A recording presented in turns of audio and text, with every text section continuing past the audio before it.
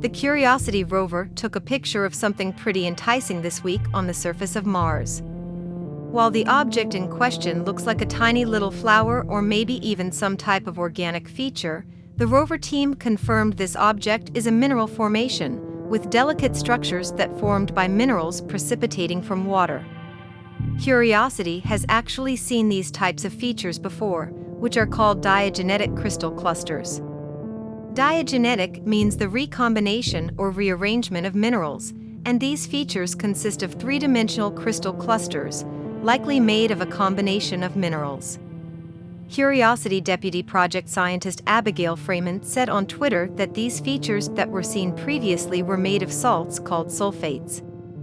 From studies of previous features like this found on Mars, originally the feature was embedded within a rock, which eroded away over time.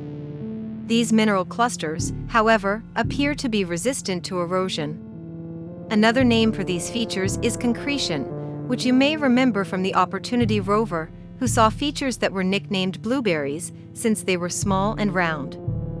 You can see round concretions next to the flower-like feature in this image. The rover science team saw this feature earlier this week and named it blackthorn salt. They used the rover's Mars Hand Lens Imager to take these close-up images. This camera is the rover's version of the magnifying hand lens that geologists usually carry with them into the field. Close-up images reveal the minerals and textures in rock surfaces. Curiosity found another flower-like feature back in 2013, and the Spirit rover found similar-looking rocks that were nicknamed cauliflower features because of their knobby protuberances.